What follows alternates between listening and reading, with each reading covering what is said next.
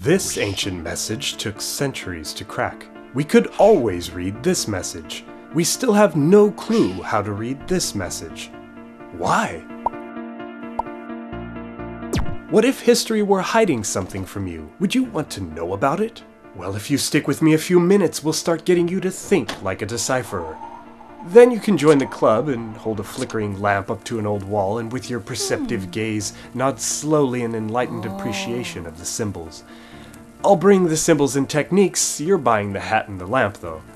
If you stay for this series, we'll tell tales of decipherment that take us from the sands of Egypt through the Central American jungle to the middle of the Pacific.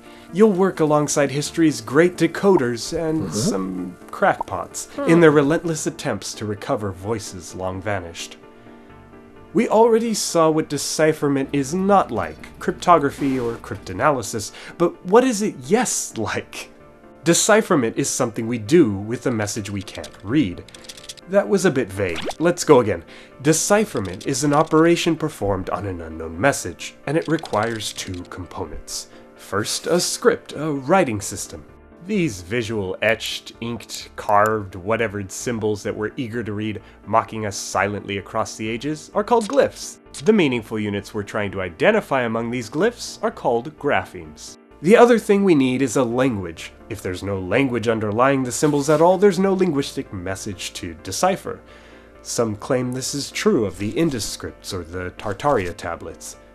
Before this video, you talked about decipherment the way people normally do, deciphering symbols to dig up the hidden ancient message inside of them. We built on that by admitting that we have to identify the message's writing system and its language to unearth its meaning. That's our first understanding of decipherment. Let's call it Model 1. But if you're joining our secret club, you have to change the way you look at decipherment.